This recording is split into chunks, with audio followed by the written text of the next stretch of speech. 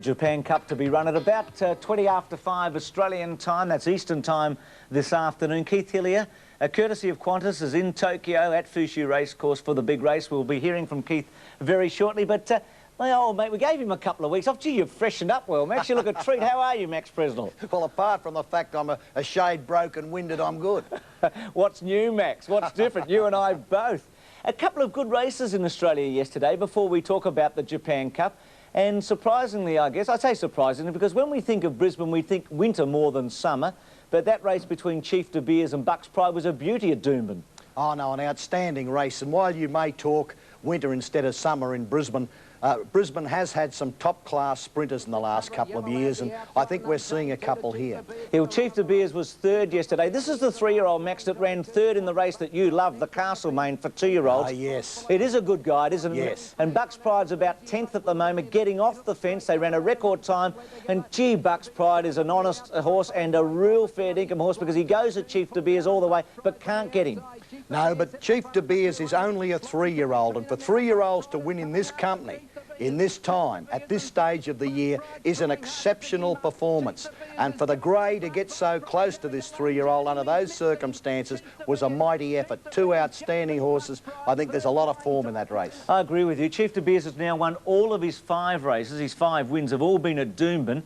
I think Eagle Farm, it's fair to say, is the Randwick and the Flemington of Queensland, but I still think this horse is capable of winning anywhere. He's a very promising horse. Yes, and it augurs well for the 3-year-olds like Brave Warrior, who were around Chief De Beers, and I do think that he's going to come out. He's going to win a lot of races, and so are the current 3-year-old crop. Good for you, Max, because really autumn in Sydney bases a lot of it around 3-year-old racing, particularly middle distance horses, and this horse not being middle distance by the look of him, but it freshens it up, doesn't it, when we get to the autumn? Sydney in the autumn caters for good horses, Bruce, regardless of distance or age. I thought you were going to mention Melbourne there. You sound like you're choking, Max. You're going to say something nice about Melbourne, but you didn't quite. But what about Al-Anon yesterday? Ran a record at Caulfield, didn't win by a lot. Had a beautiful run all the way outside of Bakara. He's one of those horses, I feel anyway, Max, that he's a horse that's probably a Group 1 3/4, a Group 2 1/2 horse, not quite at the highest level. Yeah, he's fast, he's game, he's reasonably good, but I don't think he's really in the top bracket. I would like to be backing Chief De Beers against him, but still, Al-Anon has been a very courageous horse. He does his best, he goes quick, and it's good to see him win here after a sequence of placings. He's also a 1,000-metre specialist, I think it's fair to say. He's had 6 wins, Max, and 5 of them have been at 1,000 metres. And I remember a very good friend of mine and judge telling me once that back 1,000-metre horses, specialists in 1,000-metre races, because that's what they're very good at doing. Yeah, well, as I said before, he's very fast, he's very fit, but just as you probably realise, over that 1,000 metres, his ability starts to deteriorate. They're going to freshen him up by the look of it and run him in the Lightning Stakes, which will be a tremendous race if we get Sequalo and Hariba and maybe Poetic King fresh and a couple of others and throw in Al-Anon. It's going to be a real test of speed. They're better than Al-Anon. Oh, I agree. No, I agree completely with you. Gee, I hate doing that with you. Tell us about Sprint By. Now, a couple of things I want to ask you. This is the Cup Stud horse who won his 4th consecutive race yesterday. Firstly, he won over a mile. What sort of a horse is he? 3. He lost one on disqualification because of a positive sample. You're dead right. 4 times over the line. Well, tell us, A, about his ability and about the positive swab and what happened there. He's a very promising racehorse. He's had 4 starts, only 4 starts. He showed acceleration yesterday, the acceleration of a budding top liner. He beat nothing. His moment of truth has got to come up. I couldn't say compare him with Chief De Beers, who went up against a top-class horse, ran the brilliant time, did everything right. This horse is good, he is promising, he's yet to be tested against top company. Will he run in the Villiers? Is he too new for the Villiers, the big mile race over Christmas? I wouldn't think so. This is, don't forget, this is a Gay Waterhouse Smith horse. They bring him up quick, they get him tough and hard and fit. I wonder whether it'd be asking a little bit too much too soon, but he's a promising horse, and I'd like to leave it at that. As far as the positive sample went, he came up positive to a bronchodilator, of which I think I'm in need of a drop at this moment.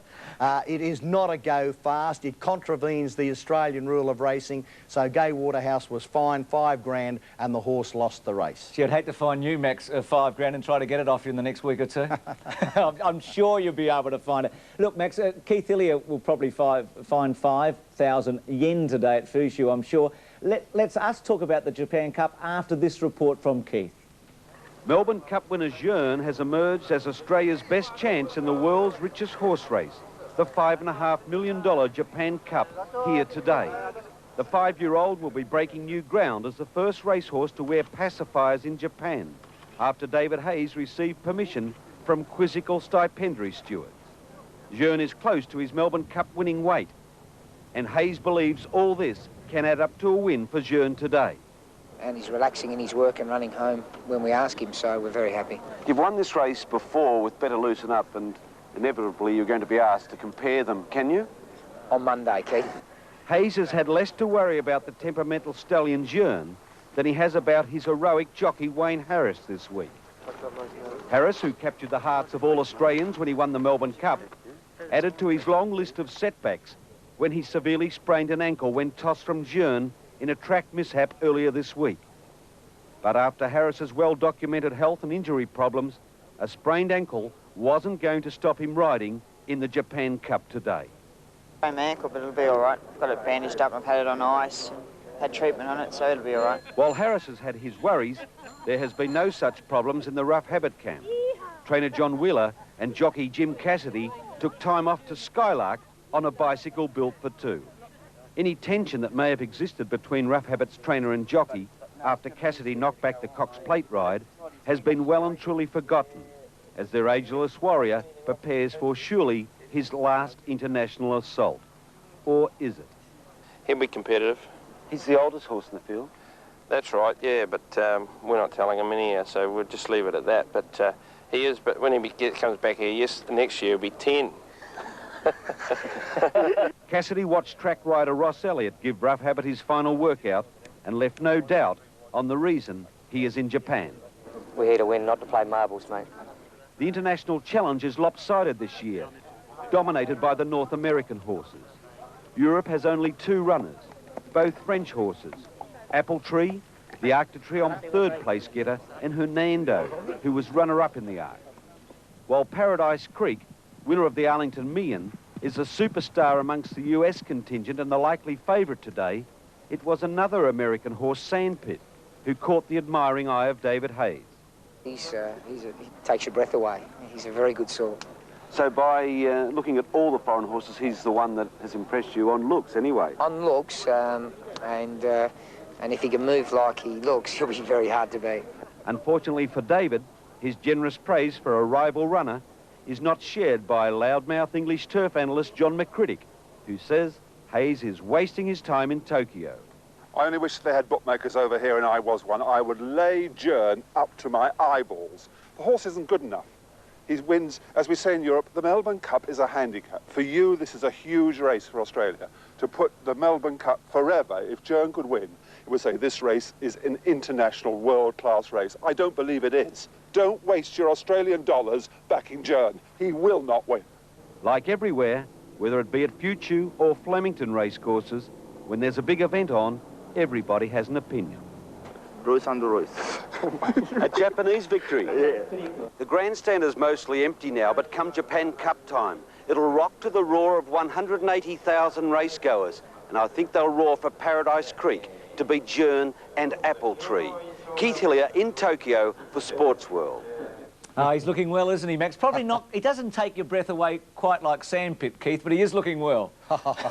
Yes, I would say the geishas have been getting to him. But what about that McCrittick? What is that his name? Did you notice the brass knuckles he had on his hands? And surely not even you, Bruce, would let a mug like that tip you the time of day, let alone a winner. Well, that mug's made a living out of being on television in England on Channel 4. He says, don't waste our money with Jearn. My feeling about Jearn is he's a better horse than he was in England. I mean, he was a Group 2 horse over there anyway. But he's in with a chance. There's no question about that. Oh, I mean, I'd love Rough Habit to win too, but I'll never hear the end of it because he will be a champion if he wins. But I think of the two, Jearn's our best chance. It's bad luck you didn't bag Rough Habit there, because he'd been delighted to hear it. But I think you've got to concede, Bruce, that anything Rough Habit goes around in, you've got to respect him, because he's a mighty racehorse. He's freakish, isn't he? He is capable of doing a freakish thing. If things go his way, he could come charging through the centre and you'd say, well, there's Rough Habit. But you've got to think that he's perhaps a better horse over distances shorter than the tough 2,400 metres today. And Jern, while you say he was a second-rater in Great Britain, David Hayes and the Hayes family have a habit of turning second-raters from Great Britain into top-raters anywhere. And I think that McCritic, well, he might end up having to eat a bit of manure over Jern, because I think he'll run a mighty race. Well, I'm with you. And when I say second-rater, Group 2, 2.5 to 3, he's still a high-quality horse. The race is worth 5.2 million Australian dollars. The winner gets about 2.28. So it's not bad dough. If it was in Australia, you get about 3.25. They obviously have a different percentage there. We get about 65% to the winner. Now, Max, a rough market, and it's almost impossible to come up with a betting market, is this. And as you, well, I think as Keith said last week, and we all know that Australian horses will be shorter here than they're going to be in Tokyo and vice versa. But Apple Tree about 3s and Paradise Creek at 7 to 2. I keep thinking this, Max, in a way. I get the USA Today every day, and they rate Paradise Creek second only to Holly Bull in America. They've got him above Tabasco Creek. They have a ratings set up where the journalists of America vote on the best horses in the States. And Paradise Creek is number 2 only behind Holly Bull, who's their super 3-year-old. And no other horse from the United States in this race gets into the first 20. Makes me wonder, Paradise Creek must be an absolutely outstanding horse, particularly at, up to 2,000 metres. Yeah, but Bruce, what you've got to take into consideration is how Paradise Creek will go in Japan. An American rating, fair enough, but it's can he reproduce it in Japan? And that is the key, whether these horses can go from their own hunting ground to Japan and reproduce that form. They've done it 4 times. Australians have done it. Australian horses, Australian form, I think, stood up pretty good in Japan. Well, it has. I mean, Horlicks has won and Better Loosen Up's won, but the US have won 4 times, Max. Japan has won 4 times, and Europe's won 3 times, with France, England and Ireland, 1 of each. So, look, I'm going for Apple Tree. I'm going for him because he ran a marvellous race in the Arc. He was 3rd and interfered with at the 100. He's won at Group 1 level a couple of times, and he didn't go to America for the Breeders' Cup where Hernando did. I think Apple Tree's mine. Paradise Creek, Keith, and you're going for Jern. Yes, I'll always stick with the product that's got a lot of Australian content. Good on you, Max. Catch you next week. Good punting, and I can't wait for the race. I'm really looking forward to it. Likewise. We'll read your columns in the Sydney Morning Herald during the week. Max Presler. We'll take a break. Golf next after this with Jack Newton. Into their face from the right. It's picked up in the last hour and a half. Sun's trying to come out.